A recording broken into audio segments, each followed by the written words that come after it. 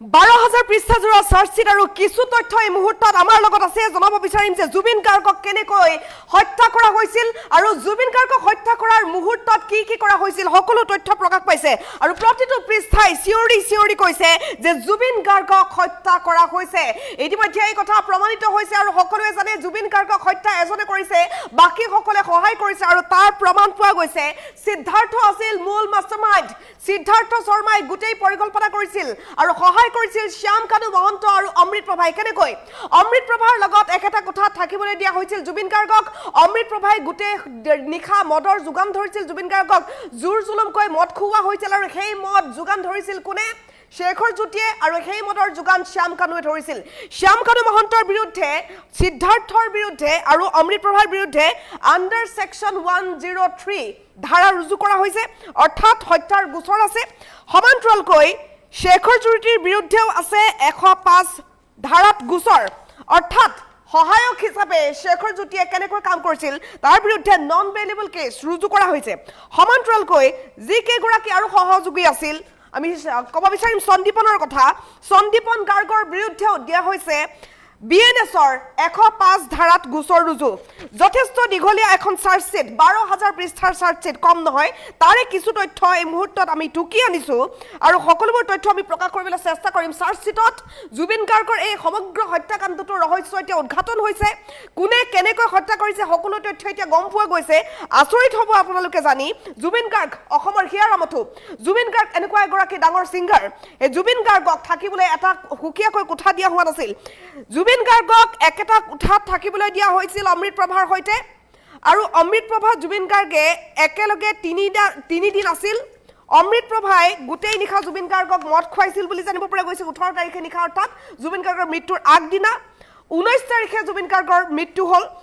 উল্লেখ কৰিব লাগিব এটা বিশেষ চাৰ্ট জুবিন গাৰ্গে যিটো চাৰ্ট পিন্ধি আছিল সেই চাৰ্টটো 18 তাৰিখে নিখাও দেখা পোৱা গৈছিল ৰেষ্টুৰেণ্টখনত সেই একেটা কেমোফ্লেক্সৰ চাৰ্ট পিন্ধি পিছদিনাও ইয়াত পাৰ্টিত জুবিন গাৰ্গ আছিল যিগৰাকী জুবিন গাৰ্গে দিনত দুবাৰকৈ কাপোৰ সলায় সেইগৰাকী জুবিন গাৰ্গ একেটা চাৰ্টত থকাটো সঁচাকৈয়ে যথেষ্ট লক্ষণীয় হৈছিল সমান্তৰালকৈ জুবিন গাৰ্গে গোটেই নিশা নুশুলে এই কথাও প্ৰমাণিত হৈছে জুবিন গাৰ্গে ভালকৈ খোৱা নাছিল সেই কথা প্ৰমাণিত হৈছে লগতে জুবিন গাৰ্গক সেইদিনা পুৱাই নি কোনো ব্ৰেকফাষ্ট নকৰাকৈ মেডিসিন নিদিয়াকৈ জুবিন গাৰ্গক গাহৰি আৰু বিয়াৰ ইত্যাদি খাবলৈ দিয়া হৈছিল আৰু সিদ্ধাৰ্থ শৰ্মা মেনেজাৰ হিচাপে সিদ্ধাৰ্থ শৰ্মাৰ যি দায়িত্ব আছিল সেই দায়িত্ব পালন কৰা নাছিল সিদ্ধাৰ্থৰ বেগত পৰি থাকিছিল জুবিন গাৰ্গৰ মেডিসিন কিন্তু সেই মেডিসিন দিয়া হোৱা নাছিল অৰ্থাৎ জুবিন গাৰ্গক মৰিবলৈ এৰি দিয়া হৈছিল তিলকৈ মৰক বুলি এৰি দিয়া হৈছিল এয়া সম্পূৰ্ণৰূপে হত্যাকাণ্ড বুলি এতিয়া প্ৰমাণিত হৈছে যেহেতু বিএনএছৰ সেকশন 103 লাগিছে শেখৰ জুটিৰ বিৰুদ্ধেও লাগিছে 105 চাৰ্জশ্বিটত উদ্ঘাটন হ'ল জুবিন গাৰ্গৰ কাণ্ডৰ ৰহস্য সকলোবোৰ তথ্য এতিয়া লাহে পোহৰলৈ আহিছে এতিয়া ন্যায়িক প্ৰক্ৰিয়া আৰম্ভ হৈ গৈছে 12,000 পৃষ্ঠাৰ চাৰ্জশ্বিটত জুবিন গাৰ্গৰ হত্যাকাণ্ডৰ সকলো তথ্য ফাদিল হৈছে সমগ্ৰ অসমবাসীয়ে ন্যায় বিচাৰি আছিল আৰু ন্যায়িক প্ৰক্ৰিয়া এতিয়া আৰম্ভ হৈছে অৱশ্যে কিছু সময় লাগিব ন্যায়িক প্ৰক্ৰিয়া এতিয়া চলিছে হাত অভিযুক্তৰ বিৰুদ্ধে এছআইটিয়ে লাভ কৰিলে বিস্ফোৰক তথ্য সকলোবোৰ তথ্য চাৰ্জশ্বিটত আছে হুৰুঙা নথকাকৈ এছআইটিয়ে দাখিল কৰিলে চাৰ্জশ্বিট কোনো হুৰুঙা নথকাকৈ প্ৰতিটো তথ্য চাৰ্জশ্বিটত দিয়া হৈছে চাৰ্জশ্বিটৰ প্ৰতিটো পৃষ্ঠাত স্পষ্ট হৈছে জুবিন গাৰ্গ হত্যাকাণ্ডৰ প্ৰমাণ হাত অভিযুক্তক মূল অভিযুক্ত হিচাপে ধৰা হৈছে এই চাৰ্জশ্বিটত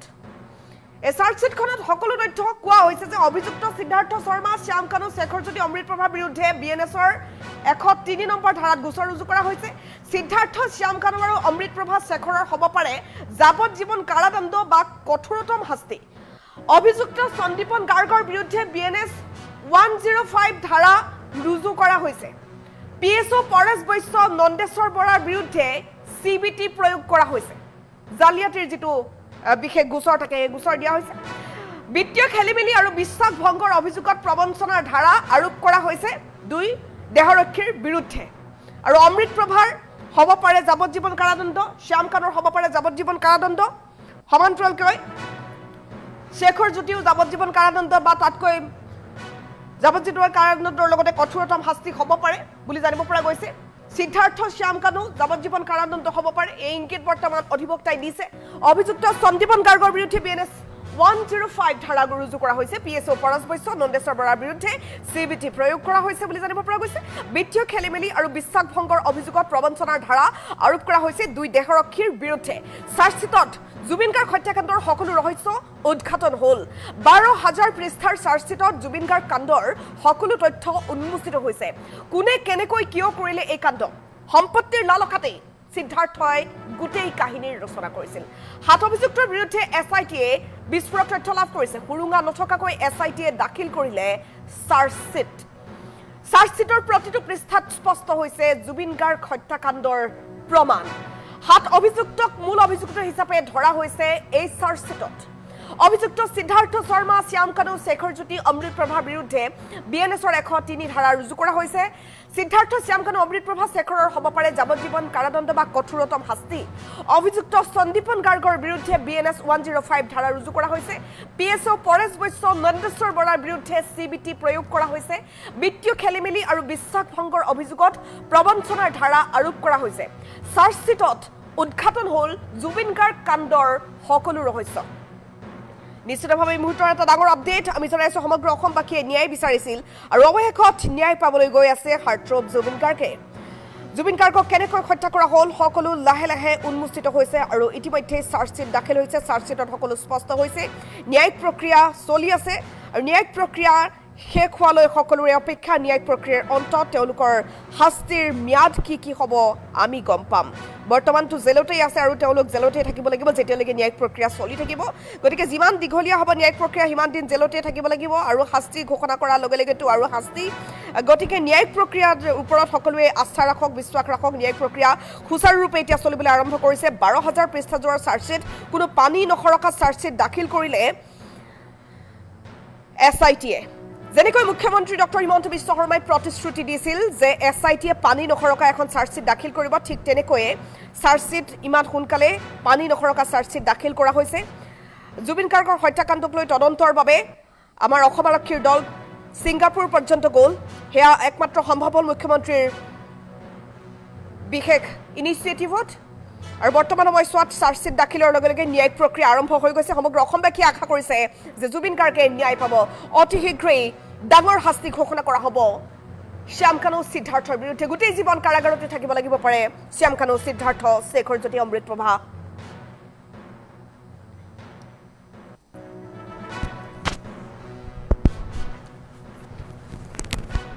সিদ্ধাৰ্থ শৰ্মা তেওঁ বিএনএছৰ ধাৰা 3 সাবসেকশন আছে 3 সাবসেকশন 6 3 সাবসেকশন 7 3 সাবসেকশন 8 এইটো কমন ইন্টেনশন ইত্যাদি বুলি কোৱা হয় আপোনালোকে ধাৰাবিলাক বিএনএছত চাব পাৰিব 61 ক্ৰিমিনেল কনস্পিৰেচি 103 মাৰ্ডাৰ আৰু বিত্তীয় লেনদেনৰ খেলিমেলিৰ কাৰণে 316 subsection 5 criminal breach of trust এইখিনি ধাৰা তেওঁৰ বিৰুদ্ধে চাৰ্জশ্বিট দিয়া হৈছে দ্বিতীয়তে একিউজ শ্যাম কানু মহন্ত তেওঁক BNS 3 subsection 6 BNS 3 subsection 7 BNS 3 subsection 8 61 subsection 2 103 308 subsection 2 318 subsection 4 আৰু 238 destruction of evidence এইখিনি ধাৰাত তেওঁৰ বিৰুদ্ধে চাৰ্জশ্বিট দাখিল কৰা হৈছে একিউজ শেখৰ জ্যোতি গোস্বামী তেওঁৰ বিষয়ে বিএনএছ 3 subsection 6 3 subsection 7 3 subsection 8 61 103 এইখিনি ধাৰা আৰু ইয়াৰ উপৰিও 316 সাবসেকশন 5 এইটো ক্ৰিমিনেল ব্ৰিচ অফ ট্ৰাষ্ট বিত্তীয় লেনদেনৰ যি খেলিমেলি সেই ধাৰাও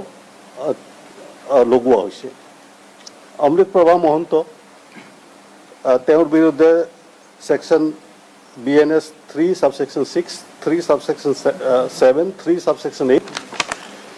61 সাবসেকশন 2 103 এইখিনি ধাৰাৰ উপৰিও 238 destruction of evidence BNS এই ধাৰা লগোৱা হৈছে। সন্দীপন গৰ্গ একিউজ তেওঁৰ বিৰুদ্ধে 105 BNS ধাৰা লগোৱা হৈছে। নন্দেশ্বৰ বৰা তেওঁৰ বিৰুদ্ধে ধাৰা লগোৱা হৈছে 61, that is criminal conspiracy read with criminal breach of trust, that is 316 subsection 5 বিত্তীয় লেনদেনৰ খেলি মেলিৰ কাৰণে। ঠিক তেনেদৰে পৰেশ বৈশ্য তেওঁৰ বিৰুদ্ধে ক্ৰিমিনেল কনস্পিৰেচি 61 subsection 2 আৰু 316 subsection 5 criminal breach of trust এওঁলোকৰ বিৰুদ্ধে এই দুজনৰ বিৰুদ্ধে এইখিনি ধাৰা প্ৰযোজ্য কৰা হৈছে।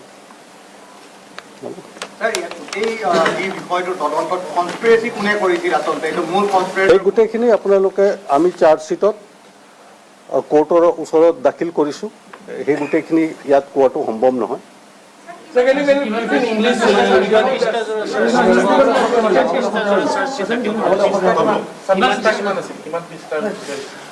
মেইন চাৰ্জশ্বিটটোত প্ৰায় 2500 পৃষ্ঠা আছে আৰু তাৰ লগত যিখিনি ডকুমেণ্ট সংলগ্ন কৰা হৈছে, ডিজিটেল এভিডেন্স বা বিভিন্ন ধৰণৰ ডকুমেণ্ট, সেইখিনি গোটেইখিনি যোগ কৰি যদি চাওঁ তেতিয়াহ'লে 12000তকৈ অধিক পৃষ্ঠা হ'ব। একিউজ সিদ্ধাৰ্থ শৰ্মা তেওঁক BNSৰ ধাৰা 3 subsection আছে, 3 subsection 6, 3 subsection 7, 3 subsection 8, এইটো কমন ইণ্টেনশ্যন ইত্যাদি বুলি কোৱা হয়। আপোনালোকে ধাৰাবিলাক BNSত চাব পাৰিব। 61 ক্ৰিমিনেল কনস্পিৰেচি, 103 মাৰ্ডাৰ আৰু বিত্তীয় লেনদেনৰ খেলি মেলিৰ কাৰণে 316 subsection 5 criminal breach of trust এইখিনি ধাৰা তেওঁৰ বিৰুদ্ধে চাৰ্জশ্বিট দিয়া হৈছে। দ্বিতীয়তে একিউজ শ্যামকানু মহন্ত তেওঁক BNS 3 subsection 6, BNS 3 subsection 7, BNS 3 subsection 8, 61 subsection 2, 103, 308 subsection 2, 318 subsection 4 আৰু 238 destruction of evidence এইখিনি ধাৰাত তেওঁৰ বিৰুদ্ধে চাৰ্জশ্বিট দাখিল কৰা হৈছে। একিউজ শেখৰ জ্যোতি গোস্বামী তেওঁৰ বিষয়ে BNS 3 subsection 6, 3 subsection 7, 3 subsection 8, 61, 103 এইখিনি ধাৰা আৰু ইয়াৰ উপৰিও 316 subsection 5 এইটো ক্ৰিমিনেল ব্ৰিচ অফ ট্ৰাষ্ট বিত্তীয় লেনদেনৰ যি খেলি মেলি সেই ধাৰাও লগোৱা হৈছে। অমৃত প্ৰভা মহন্ত তেওঁৰ বিৰুদ্ধে সেকশ্যন BNS 3 subsection 6, 3 subsection 7, 3 subsection 8, 61 subsection 2, 103 এইখিনি ধাৰাৰ উপৰিও 238 destruction of evidence BNS এই ধাৰা লগোৱা হৈছে। সন্দীপন গৰ্গ একিউজ তেওঁৰ বিৰুদ্ধে 105 BNS ধাৰা লগোৱা হৈছে। নন্দেশ্বৰ বৰা তেওঁৰ বিৰুদ্ধে ধাৰা লগোৱা হৈছে 61, that is criminal conspiracy read with criminal breach of trust, that is 316 subsection 5 বিত্তীয় লেনদেনৰ খেলি মেলিৰ কাৰণে। ঠিক তেনেদৰে পৰেশ বৈশ্য তেওঁৰ বিৰুদ্ধে ক্ৰিমিনেল কনস্পিৰেচি 61 subsection 2 আৰু 3